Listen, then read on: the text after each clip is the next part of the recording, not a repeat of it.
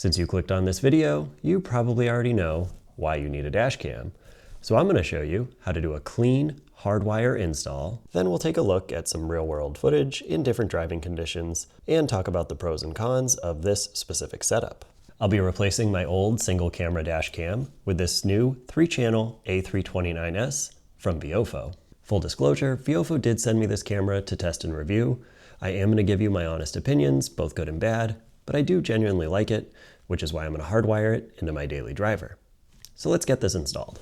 I always start with the main camera. I like to get it up high behind the mirror on the passenger side. That way the camera gets the best view of the road and it doesn't block my field of view from the driver's seat. This camera installs with double-sided tape, so it's a good idea to test your view before the final install. I just use the accessory socket for testing purposes.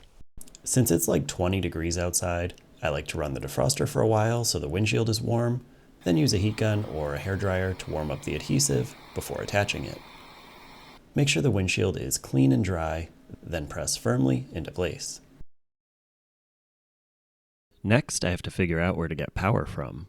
We need constant 12-volt power for parking mode, and switched power, which turns on with the key, for the main camera functions. I'm using the VIOFO HK6 Hardwire Kit, which comes with this cool little device called a voltage cutoff switch. This will monitor voltage, and if it drops below a preset amount, it will automatically shut off so it doesn't kill your battery. Every car is a little different, so where and how you get your power will depend on the vehicle. My Ram 1500 doesn't have an interior fuse panel, so I'll be getting my power from the accessory socket under the console.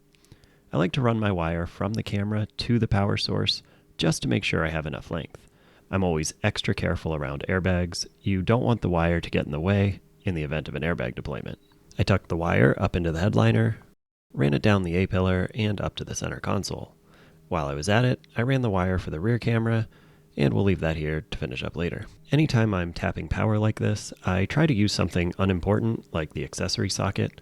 The last thing you want to do is have a wiring issue with something that affects safety or drivability. So when you're doing your install, make sure you plan ahead and think safety first. I tucked the voltage cutoff behind the glove box just in case I need to access it later. I always test the camera before putting everything back together. Looks like we're good, so let's move on to the rear. Since the wire is long enough, I'm going to run the rear cable along the floor trim so I don't have to worry about the airbags. I fished the wire up to the rear window and we'll tuck it into the headliner after I mount the rear camera.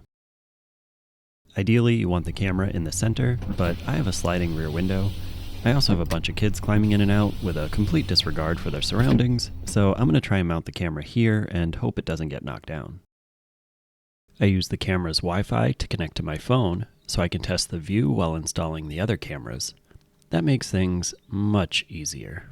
Once I found a good spot, I cleaned the window, warmed up the adhesive, and firmly attached the rear camera. Then I repeated that same process with the interior camera. I cleaned up the rest of the wires, and now I'm ready to test this thing out. I've had this dash cam for over a week now, and so far, I'm really impressed with it. Everything seems to be really high quality, the install was easy and straightforward. And look how clear this video is. In bright daylight, all 3 cameras are super clear. At night, I don't have any issues with glare. Even in the snow, camera visibility is really good. I don't want to show random people's license plates, but you can zoom in on plates or funny signs and read them clearly. With this setup in my truck, I feel much safer driving around these Massachusetts streets. It's pretty crazy the amount of people who think this sign doesn't apply to them, and who have no idea what this sign actually means. My only complaint isn't really with the camera itself, it's just this thing has a lot of features, and I'm not that tech savvy, so it kind of took me a little while to figure everything out. Although once I got everything set up the way I wanted, it's pretty easy and really straightforward. My favorite feature is the built-in Wi-Fi. It makes it easy to link your phone, then you can adjust all the camera settings without having to use the buttons on the camera itself. I can also find and download the videos I want. I don't have to remove the SD card or get my computer out. I can do it all right from the driver's seat with my phone. Parking mode is way better than my old camera. Honestly, it's not even a comparison. There are 5 different settings. I'm using the hybrid setting. In my opinion, parking mode is one of the best features of this camera. You can set it for motion or impact detection, how long you want it to stay on after you exit the vehicle. It can automatically switch modes based on battery voltage. This thing really does a lot. It gives you a little peace of mind if you live in a high crime area, or if you have an angry ex running around these streets. You do have to hardwire the camera to take advantage of all the parking mode features. The cameras themselves are obviously really high quality. The 4K front camera is excellent. It doesn't seem to matter what the weather or lighting is like. The picture is always clear, and I have no problems at all reading plates or signs. My experience has been 100% positive. The rear camera is really good too.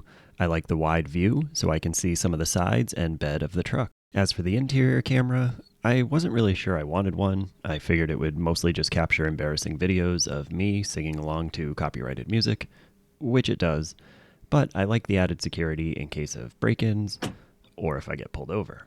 Get out of the car, sir! Overall, I highly recommend the VIOFO A329S dashcam. If you'd like to pick one up for yourself, there's a discount code in the description. I hope you found this video helpful. If you did, please hit that like button, subscribe if you like these kind of projects, and check out one of these videos. I'll see you in the next one.